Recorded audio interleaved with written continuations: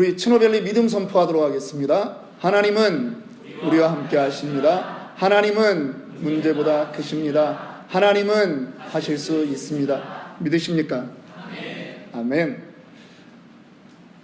얼마 전에 제가 만나 뵙고 함께 교제했던 목사님 이야기를 좀 먼저 시작하도록 하겠습니다.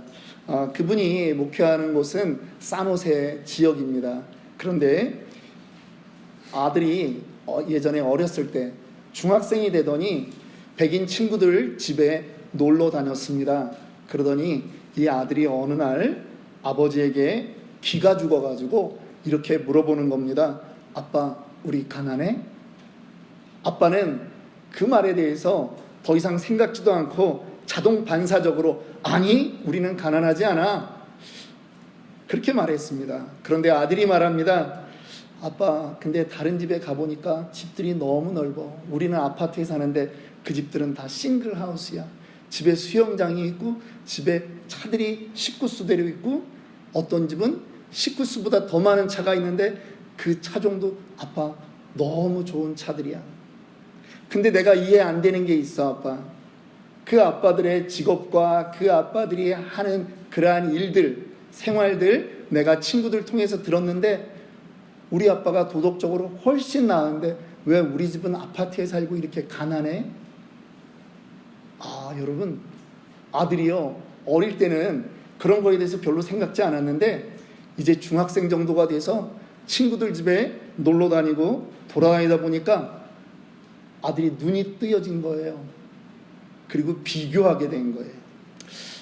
여러분, 이웃 효과라고 하는 말을 들어보셨습니까?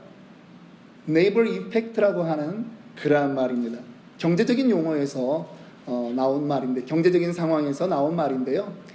이웃 효과, 긍정도 부정도 아닙니다. 긍정적이거나 부정적이지 않습니다. 그냥 이웃 때문에 영향을 받는다라고 하는 그런 말입니다. 어떤 경우에는 우리 이웃들이 너무나 못 사니까 나는 이곳에서 벗어나야 되겠다. 그래서 열심히 공부해서 개천에서 용났다라고 하는 그러한 사람들도 있지 않습니까? 그런데 어떤 사람은 우리 이웃들은 너무 못 살아. 그러니까 나도 어쩔 수 없을 거야 라고 생각하는 것 자체도 네이버 이펙트라고 하는 거예요. 이웃 효과라고 하는 거예요. 그것을 어떻게 받아들이냐의 문제라고 하는 것이죠. 우리는 주변 사람들로부터 영향을 받을 수밖에 없습니다. 오늘 저와 여러분들이 읽었던 이 누가복음 5장의 말씀은 우리 지난주에도 이 본문으로 제가 설교하지 않았나요? 네. 어떤 분은 익숙한 구절인데 지난주였나? 언제 다른 데서 들었나? 그렇게 생각해 주시면 더 감사합니다. 목사는 여러분들이 기억을 못할수록 목사는 행복할 때가 있습니다.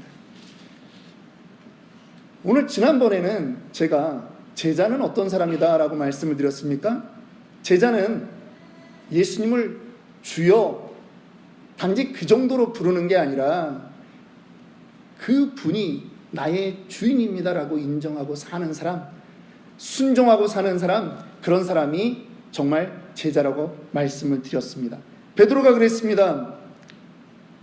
물고기를 한 마리도 못 잡은 어느 날이었습니다. 그런데 주님이 말씀하는 거예요. 예수님이 말씀하는 거예요. 선생님으로 믿었던 그분이 말씀하는 거예요. 깊은 곳에 가서 한번 던져봐라. 베드로가 수고했지만 그래도 선생님의 말씀 때문에 가서 그물을 던졌습니다. 이게 웬일입니까? 2배에 가득 담아도 다 못 담을 만큼의 그러한 물고기를 잡은 것입니다. 그 순간 베드로의 눈이 열렸습니다. 자연을 좌지우지하는 이분이야말로 메시아구나. 그래서 베드로는 그 예수님을 조금 전까지는 선생님이라고 불렀는데 이제는 나의 주인님이라고 부르고 그분 앞에 무릎을 꿇었습니다. 오늘은 제자의 또 다른 면을 오늘 동일한 본문에서 살펴보려고 합니다.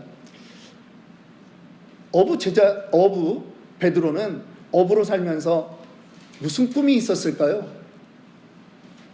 기회가 된다면 여러분들에게도 묻고 싶습니다. 여러분의 삶에서 여러분들은 어떤 꿈을 꾸고 사십니까? 꿈이 없는 사람은 없습니다. 이웃을 바라보면서 경쟁을 느끼고 더 열심히 살아야 되겠다 그렇게 생각하는 사람들도 많이 있습니다. 제가 그런 측면에서 베드로의 그 꿈을 생각해 보았습니다. 베드로는 이미 2대 이상의 어선을 가지고 있는 사람이에요. 그런데요, 꿈이 멈추지 않는 거예요. 더 잘 살아보아야 되겠다. 그래서 나는 돛담배가 더 많이 달린 그 배들을 한번 사야 되겠다. 장모님을 모시고 살아야 되니까 나는 더 큰 집이 필요해. 지금에 있는 집도 좋은 거지만 나는 더 큰 집으로 이사를 가야 되겠다. 아버지의 대를 이어서 어부를 하고 있습니다. 그런데 자기 아들에게는 왠지 이 어부라고 하는 직업을 물려주고 싶지 않은 거예요. 가끔 바닷가에서 풍랑이 일어나면 안 좋은 일을 겪고 있는 것 자기가 잘 알고 있지 않습니까? 그러니까 내 자식만큼은 예루살렘으로 유학을 보내고 싶은 거예요. 그리고 더 꿈을 꾸자면 내 자식들 중에 한 명 정도는 랍비 소리를 듣는, 그 당시 사람들에게 존경을 받는 선생님 소리 듣는 그런 자식이 하나 나오면 너무 좋겠다, 그렇게 생각하면서 열심히 그물질을 하는 그러한 베드로의 인생이었다라고 하는 것이죠. 그리고 베드로는 자기의 노년을 이렇게 꿈꿨을 수 있습니다. 나는 이제 그물질은 안 해. 대신 내가 산 이 배들로 사람들이 나가서 벌어오는 그 잡아오는 물고기를 가지고 나는 주파나를 튕기면서 돈을 계산하는 그런 사람이 될 거야. 오늘 우리 식으로 한국에서 얘기하면 여러분, 조물주 다음으로 높은 사람이 뭐라 그래요? 예, 여러분들 다들 속으로는 알면서 차마 내 입으로 그것을 안 담겠다는 그런 뜻인지 모르겠는데 요즘 한국에서는 그렇게 말합니다. 조물주 밑에 건물주라고요. 따박따박 월세가 들어오지 않습니까? 예, 베드로의 꿈, 그런 부자로 살기를 원했는지 모르겠습니다. 그런데 어느 날 밤이었습니다. 그물을 내리고 또 그물을 거두고 하는 이 반복되는 일을 하는데도요, 고기를 잡는데 한국말로 피라미 한 마리도 잡히지가 않는 거예요. 여러분, 큰일 났습니다. 나름 프로라고 자랑을 했는데 한평생 어부로 살았는데 이날만큼은 옆 사람 보기가 창피한 거예요. 아니, 이렇게 안 잡힐 수 있는 것도 기적인 거예요. 베드로의 성과는 nothing, 아무것도 없었습니다. 정말 이상한 날이었어요. 원래 고기잡이 나간 배는요, 지저분해지는 게 당연한 일입니다. 그런데 이날은 지저분해질 게 없는 거예요. 한 마리도 못 잡았거든요. 한 마리도. 베드로는 너무나 말짱한 배, 깨끗한 배를 가지고 왔습니다. 빈 배로 돌아왔습니다. 그렇다고 베드로의 머리까지 빈 거는 아니었어요. 베드로에게는 순식간에 걱정이 몰려드는 것입니다. 두려움이 오는 거예요. 아니, 이런 날이 이어지면 나의 사업은 어떡하지? 나의 가족들은 어떻게 되는 거지? 만약에 내가 여기서 건강까지 잃으면 나는 어떻게 될까? 내 자식들은 어떻게 될까? 빈배로 돌아오면서 베드로의 머리는 너무나 복잡했다라고 하는 것입니다. 그런데 호숫가에 왔습니다. 그랬더니 예수님이, 선생님이 그 빈배를 좀 탈 수 있겠느냐 말하는 거예요. 그냥 바로 타셔도 돼요. 청소 안 해도 돼요. 예수님의 설교를 듣고자 하는 사람들이 호숫가에 이미 모여 있었습니다. 베드로는 예수님을 태우고 호숫가에서 조금 띄우고 예수님이 설교하는 그 자리에 베드로는 예수님의 가장 옆에서 예수님의 설교를 듣게 되었습니다. 가장 권위 있는 자의 설교다라고 말하는데 그 권위 있는 자 예수님의 설교를 가장 가까이에서 베드로가 듣게 된 것입니다. 여러분, 질문을 하려고 합니다. 예수님이 어떻게 베드로의 배에 탈 수 있었을까요? 베드로의 배가 비어 있었기 때문입니다. 더 정리하고 말고 할 게 없는 거예요. 아무것도 없었기 때문에 예수님은 그 베드로의 배에 탈 수 있었던 것입니다. 세상 사람들은 말합니다. 오늘 베드로 공쳤네. 야, 원숭이도 나무에서 떨어질 때가 있다더니 오늘 저 베드로 아무것도 아니네. 여러분, 남들의 눈에는 실패의 순간입니다. 절망할 순간입니다. 걱정해야 될 순간입니다. 그러나 그 비어있는 상황 때문에 예수님이 그 배에 올라갈 수 있었고 이 배는 예수님의 강대상이 될 수 있었던 것입니다. 그 배에서 베드로는 예수님과 진한 만남을 하게 되었다라고 하는 것입니다. 여러분들의 인생에 빈배가 되었던 적은 없습니까? 아니 어쩌면 지금 여러분 인생 혹시 빈배로 살아가는 인생은 아닙니까? 나름대로 조금 재산이 있었는데 살다 보니 재산의 빈배가 되지는 않았습니까? 건강에도 나름 자신이 있었는데 건강에 빈배가 되지는 않았습니까? 관계의 빈배는 아닙니까? 믿었던 사람에게 속았고 절망했고 배신당했다라고 하는 느낌으로 여러분 속상해하지 않습니까? 그렇다면 여러분의 배는 비어 있는 것입니다. 그런데 여러분 절망하지 마십시오. 비어 있어야만 채워지는 것이 있는 것입니다. 한번 따라하겠습니다. 비워져야만 채워집니다. 비워져야만 채워졌던 그런 인생이 있었습니다. 요셉이라고 하는 사람을 우리는 잘 압니다. 요셉은 아버지 야곱이 가장 사랑했던 여인 라헬의 처아들이었습니다. 이 야곱이 얼마나 사랑했는지 야곱에게는요 채색 옷을 입혔습니다. 울긋불긋한 그 채색 옷은 귀족의 상징이었고 관리자의 상징이었습니다. 그런데 아버지가 어려서부터 이 요셉에게만 유독 그 옷을 입혔습니다. 요셉은요 이 옷을 입는 것을 너무너무 좋아했어요. 그 옷을 입고 형들이 양치러 간 그곳에 가는 것을 요셉은 너무 좋아했습니다. 그런데 반대로 형들은 저 채색 옷을 입은 요셉, 저 꿈꾸는 자가 오는 걸 좋아하지 않았어요. 어느 날 형들이 일하고 있는 곳에 갔다가 요셉은 강제로 그 채색 옷이 벗겨지는 일을 경험하게 됩니다. 빈 몸뚱아리가 된 것입니다. 애굽으로 종으로 팔려갔습니다. 보디발의 집에서 종으로 열심히 살았습니다. 주인의 인정을 받았습니다. 이제는 종의 옷이 아니라 가정 총무의 옷을 입었습니다. 종들과는 조금 달랐습니다. 요셉은요, 이것이 내 인생의 마지막 옷이 되었으면 좋겠다. 그렇게 그 옷을 사랑했습니다. 그런데 어느 날 요셉의 준수함에 마음을 빼앗겼던 보디발의 아내로 인해서 그 옷을 빼앗기고 밖으로 도망칠 수밖에 없었습니다. 강제로 옷이 벗겨진 것입니다. 그리고 이제 요셉이 입게 된 옷이 있습니다. 그것은 다름 아닌 죄수의 옷이었습니다. 그런데 그 죄수의 옷을 어느 날 벗게 됩니다. 어떻게 벗습니까? 왕 바로의 꿈을 해몽함으로 인해서 바로가 그에게 세마포 옷을 입혀주기 위해서, 그 나라 총리의 옷을 입히기 위해서 죄수의 옷을 벗기는 것입니다. 여러분, 하나님이 옷을 벗기는 이유가 있습니다. 요셉의 옷을 벗기고 하나님이 입혀주고 싶은 그러한 옷이 있기 때문입니다. 벗겨짐은 단순한 벗겨짐이 아닙니다. 비어짐은 단순한 비어짐이 아니라고 하는 것입니다. 하나님의 뜻이 그곳에 있다는 것입니다.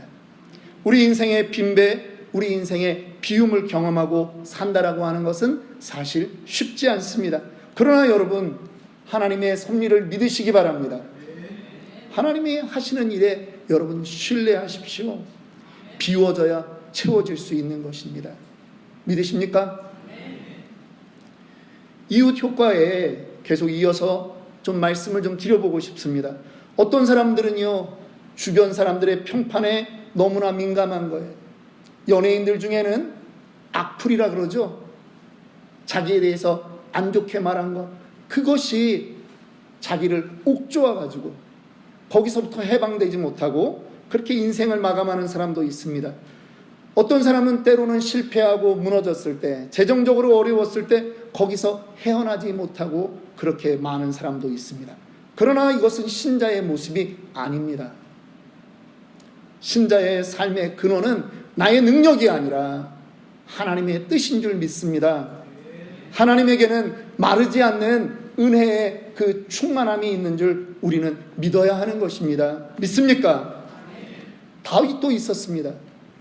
다윗은요, 우리가 잘 알듯이 골리앗을 죽였습니다. 여러분, 민족의 영웅이 된 것입니다. 상으로 사울 왕의 딸과 결혼도 했습니다.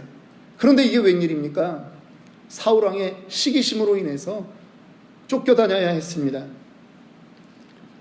심지어는 원수의 땅, 블레셋 땅으로 그렇게 미친 척하고 들어가서 거기서 목숨을 연명해야 되는 그러한 상황도 있었습니다. 대장군 그 다윗의 과거의 모습에 비하면 정말 창피하기 짝이 없는 것입니다. 그런데 그 다윗의 인생, 다 비워진 것 같은 그 인생에 다윗은 절망하지 않았습니다. 시편 31편 1절에 다윗은 이렇게 고백하는 것입니다. 여호와여, 내가 주께 피하오니 나를 영원히 부끄럽게 하지 마시고 주의 공의로 나를 건지소서. 이 노래는 다윗이 고통 중에 있을 때 부른 노래입니다. 다윗은 하나님에게 있는 비밀을 하나 발견했어요. 어떠한 비밀인지 아십니까? 하나님에게는 은혜가 있다라고 하는 것을 다윗은 발견했다라고 하는 것입니다. 그런데 그 은혜는 하나님께 피하는 자를 위해서 하나님께서 주시려고 쌓아두신 은혜였다라고 하는 거죠. 시편 31편 19절 우리 함께 읽어보겠습니다. 주를 두려워하는 자를 위하여 쌓아두신 은혜, 곧 주께 피하는 자를 위하여 인생 앞에 베푸신 은혜가 어찌 그리 큰지요. 여러분 믿으십니까? 은혜도 여러 가지가 있는데 하나님께서 그를 찾는 자, 그에게 피하는 자에게 주시려고 쌓아놓은 은혜가 있다라고 하는 것입니다. 그런데요, 이 은혜는 저절로 우리에게 그냥 흘러 떨어지는 것이 아니에요. 하나님께 간구해야 되는 것이에요. 성경은 말합니다. 에스겔서 36장 36절 37절에 이렇게 말합니다. 하나님이 약속하는 거예요. 너희 사방에 남은 이방 사람이 나 여호와가 무너진 곳을 건축하며 황폐한 자리에 심은 줄을 알리라. 나 여호와가 말하였으니 이루리라. 하나님이 이스라엘을 회복하시겠다라고 약속하시는 거예요. 그런데 어떻게 해요? 37절 다시 한번 읽읍시다. 주 여호와께서 이같이 말씀하시느니라. 그래도 이스라엘 족속이 이같이 자기들에게 이루어지기를 내게 구하여야 할지라. 믿으십니까? 기도하라는 얘기예요. 찾는 자에게 주신다라고 하는 거예요. 예수님도 말씀하셨습니다. 마태복음 7장 7절에 예수님 뭐라고 말씀하십니까? 구하라 그리하면 너희에게 주실 것이요, 찾으라 그리하면 찾아낼 것이요, 문을 두드리라 그리하면 너희에게 열릴 것이다. 여러분, 오늘 하나님의 그 품 안에 쌓여있는 은혜를 소유하는 저와 여러분들이 되기를 주님의 이름으로 다시 한번 축원합니다. 제자는 누구입니까? 제자는 어떤 사람입니까? 제자는요, 빈배가 되었을 때 하나님께 나아가는 사람입니다. 제자는 어떤 사람입니까? 빈배가 되었을 때 세상의 것으로 채우지 않고 하나님으로 채우겠다고 결심하는 사람입니다. 베드로는요, 깊은 데로 가서 그물을 던지라고 하는 그 말에 순종했습니다. 그런데 이게 웬일입니까? 정말 대낮에 고기가 잡히는 시간이 아니에요. 고기도 여러분 머리가 있어요.